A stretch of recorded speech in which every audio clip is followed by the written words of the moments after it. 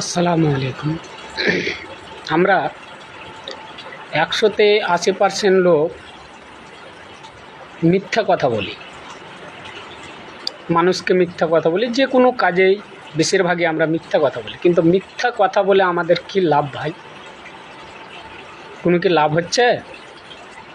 লাভ হয় না, বরঞ্চ আরও আমাদের গুনাহ হচ্ছে।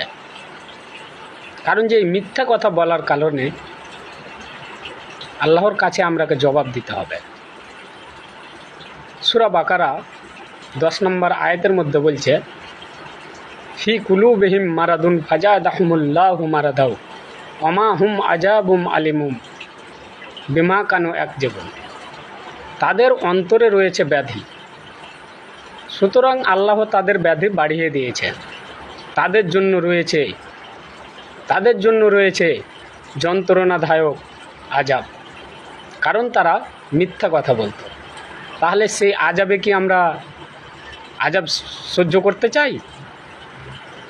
না, সেই আজাব থেকে আমরাকে দূরে থাকতে হবে। তাহলে আমরাকে মিথ্যা কথা বলতে হবে না। মিথ্যা কথা বলা বন্ধ করে দাও ভাই।